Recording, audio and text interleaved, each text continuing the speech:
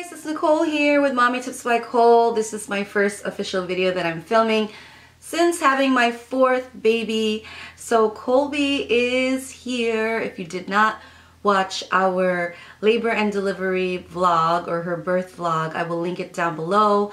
I actually vlogged that whole week. So the weekly vlog was broken up into 3 parts. So like contractions and everything prior to being in labor. Sunday through Wednesday's vlog is part 1, and then my full vlog on her birthday, which was actually her due date. I'll talk more about that in a second. And then the third part of the vlog is our hospital stay and then coming home. So those will all be linked down below if you guys didn't get to watch it yet. And for those of you that did and commented and sent all your wishes through any form of social media, I am so thankful to you guys. I have read every single one. I tried to reply to as many as I could, and it was just very overwhelming, the amount of love that we received prior to her being born and also after. So it is just a whirlwind of a week. Actually, she is now officially a week and Thursday, Friday. She's 10 days old today. Yeah, she's 10 days old today. So I thought I'd film a few videos while I can. She's sleeping right now, so I'm going to try to go through this vlog, labor and delivery story vlog, without it going too long. Most of it you will see in my actual vlog of the birth, because things that I couldn't talk about while holding the camera, I kind of put in some captions there. So basically I started going into labor at 11:11 p.m. Wednesday night, February 10th, and I started vlogging when I started getting regular, once I knew they were regular contractions, because I've been getting Braxton Hicks here and there and documenting it, but nothing was ever really consistent and nothing ever really progressed. So once I knew that it was progressing more than an hour, it was varying between 5 to 7 minutes, as you'll see in the vlog. I started documenting on camera, and I think maybe like 2 hours into, or almost 2 hours into my regular contractions, I decided to call, although they did tell me come in when it's 10 minutes apart for an hour.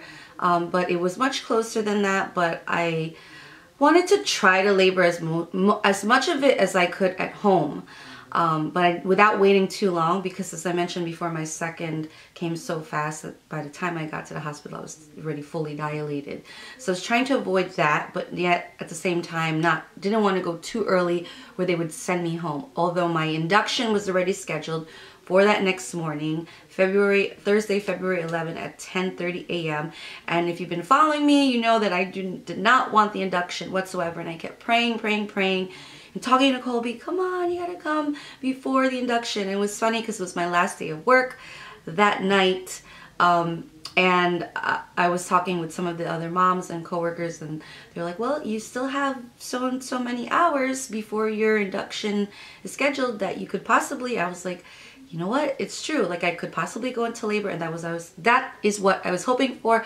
Thankfully enough, that's how it happened. So I called the doctor probably 2 hours into my regular contractions, and they told me I could obviously talk through the contractions. So he was like, just stay home, and you know, once you start to feel, you know, more uncomfortable, just use your own judgment, and just come in, you know.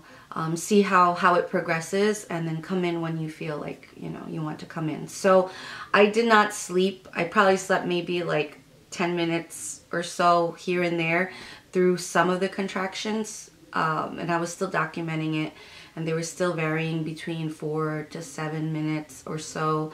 They were consistent but slightly irregular, if that makes any sense.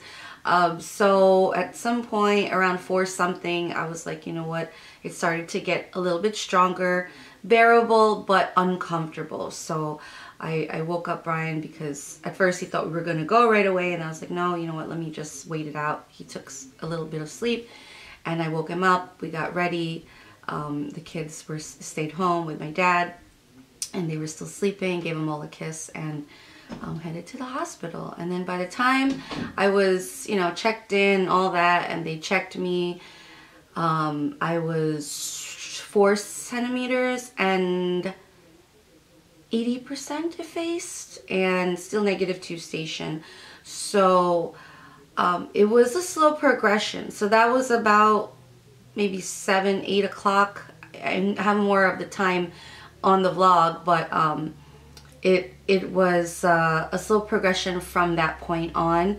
Eventually my mom came because she works nights, and she came after she got off her shift in the morning, and probably every 2 hours they checked me, and I was like the next time they checked me, I think I was 6 centimeters, or maybe it might have been 5, or then 6 and 7, but I think it was 6 the next time. And then it was still a steady progression. I was still bearing through the contractions, no Pitocin needed, thankfully, and no epidural yet. Like, I was able to bear through it, and the nurse kept asking me, just let me know when you're ready for the epidural, you know, whenever you're ready, I'll call for it. So I eventually decided to get the epidural probably when I was 6 or 7. I think when I was like 6+ centimeters, because I didn't want to wait to the point where my contractions were unbearable, because you have to sit very, very, very, very still when they do that epidural. And, you know, it was just getting very uncomfortable having to get up and go to the bathroom, because I was on an IV drip, and I was on antibiotics, penicillin, because I tested positive for the group B strep, and it was just getting really uncomfortable getting in and out of the hospital bed to go to the bathroom and to bear through some of the contractions. Some were stronger than others. And then prior to all that, I mentioned this in my vlog, they stuck me like 3 times in this hand, you might still see some of the bruising here and here. They couldn't get the blood flow for whatever reason. Finally, like another nurse, there was like 3 nurses by the time I got it, my IV through this, and that was painful. These were painful. So then once I had the epidural, I felt great. I felt relaxed. I was able to like close my eyes a little bit. I didn't sleep, but I was just more relaxed, as you could see in the vlog. And then by that point, when they checked me, the timeline's so hard without the vlog, but when they checked me later on, the last time they checked me prior to birth was probably like before 2 o'clock. So the progression from when I got there 5:30 to about prior to 2 o'clock, I was only 7 centimeters, still negative station, and 90% effaced. So the doctor was concerned. He wanted to speed it along, mainly because I was getting a fever and her heart rate went up. So they were concerned. So they wanted to speed it along. They ordered for the Pitocin, and I needed antibiotics for my fever. And it was so fast, because like once they administered that, maybe like 10 minutes later, I felt the need to push, which is you feel like you gotta poop. So they checked me and they said, okay, you're fully dilated, you're +2. There was a little bit of cervix left, but I was ready to push.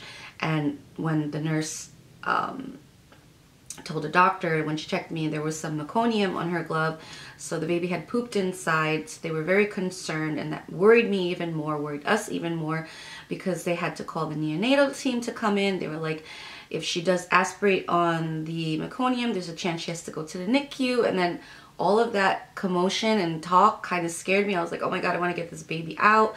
And all of a sudden it went from me, my husband, and my mom, and the doctor, and I think a resident and the nurse, all of a sudden went from those people to like a dozen people legit in the room. And although they didn't allow you to film, Brian secretly put the camera on the couch to angle it so he could catch a certain angle for the birth. But somebody opened one of the doors that, you know, leads into the closet where all their, you know, stuff that they need for delivery, and you couldn't see. But I captioned every moment and every push and everything, so you'll see that in the vlog. And I keep looking because I don't want the baby to wake up. I'm looking at the time. So it happened so fast from that point, after they checked me. And prior to that, actually, prior to them checking me, before saying that I needed the Pitocin, I was already starting to feel more contractions. The epidural was wearing off, and I was feeling more pressure. And even if I pressed the pump to have more of the medicine, it didn't help. So she was like, I don't think it's going to help you at this point, because it was already go time by the time it got worse. And yeah, so all of a sudden there was like a dozen people in the room. I asked for the mirror, and then I almost decided not to use the mirror because then I was in pain. But then Brian whispered in my ear, like, you know, you wanted the mirror, you wanted to see this because this is our last one. And I was like, yeah, you know what? Okay, just leave the mirror there and I'll look if I get the courage to look. So, you know, once I was all positioned and everything, and a contraction came, I went to go. For one contraction, I pushed like 3 times, and I wasn't pushing properly, so she wasn't really, you know, crowning or anything. And then the next contraction was when she was born. So it was like 5 pushes over the second contraction, and I looked in the mirror and I could see her head crowning. And once I saw her head crowning, it was so painful that I did not want to let go. Like, I wanted to keep going and keep pushing because I didn't want her head to go back in. So I kept pushing through each breath, through that contraction. And on the 4th push, her head crowned, and it was so painful. And then the 5th push, she came out and you could hear her crying. So Thursday, February 11, 2016 at 2:21 p.m. Colby TeamYniguez was born, and I was so full of emotion, crying my eyes out, but they couldn't give her to me right away for skin to skin. They actually told me to look down once her body came out, so I looked down and I saw her come out, but Brian cut the cord and they had to take her straight for the neonatal team to check her. And I was just crying because I was happy that she was out. I was crying because I was in pain, and I was crying because I was concerned if she was going to be okay. Thankfully enough, she did not aspirate on meconium, which, if you don't know, is like the baby's first poop. So she was okay, and eventually they brought her to me, and you'll see in the vlog, and I was holding her, crying. But at the same time that they gave her to me, I had already delivered the placenta, and I felt everything, and they were stitching me up because I had 2nd-degree laceration, which means I tore a lot. I had an episiotomy with Emmeline. I think I tore a little bit with Malia and a tiny bit with Dylan. But with her, I tore so much, and it hurt so much. Even with Malia, I don't remember the pain because I didn't have epidural with her and it happened so fast. But this was like the most painful birth ever because she was 9 pounds. She was 9 pounds and 21.5 inches. And the nurses and doctors couldn't believe, like, oh my gosh, she's 9 pounds. Like, it's crazy. I'm not even 5 foot tall. I didn't gain a tremendous amount of weight, probably 30 pounds. Dylan was my biggest. I probably gained 30 pounds with him, and he was just under 8 pounds. But 9 pounds, it's just insane. They did tell me that Monday before in the ultrasound that she was going to be 8'10" or 8'15", but she ended up being 9. So yeah, so by the time I was holding her and they were stitching me up a lot, I thought they were going to give me a local, but they didn't. I was like in so much pain because I could feel them tugging on the thread and the needle. Oh! So that's it. The 4th was the most painful, and she was the biggest, and that's it. I'm done. So we're just so overjoyed, and you'll see in the vlogs, the kids were so excited, and it was just such a beautiful thing, and I keep reliving it in my mind. And I'm so glad that I caught the vlog, even though you can't see anything. It's kind of better off that way, but like hearing it and knowing it, I know what was going on. And my foot is falling asleep. But yeah, so it was like the most beautiful thing ever that I was able to like capture it. I did vlog the other kids, you know, births and everything like that, not the actual birth, this was before I was on YouTube, so I want to eventually transfer that footage digitally so I could share like a throwback videos of each of their births. So if you guys know how I can get the little cassette tapes transferred digitally, let me know, as I'm clueless on what to do. But I want to be able to have that on my channel too, so that they can look back on it. And we're just so thankful that she's healthy and she's such a good girl. And I'll update you guys more about how life has been postpartum in my next video. I'm gonna do a postpartum 1 week vlog and show her in the video. That's pretty much my birth story. So I might be off on some details with the time and everything because most of it is in the vlog. So definitely check that out if you didn't get to, because it's more detailed and more raw rather than my horrible mommy brain memory trying to recall everything. But I'm glad I was able to do at least one of these labor and delivery stories. I hope you guys enjoyed this video and our vlogs, and I'll see you in my next one.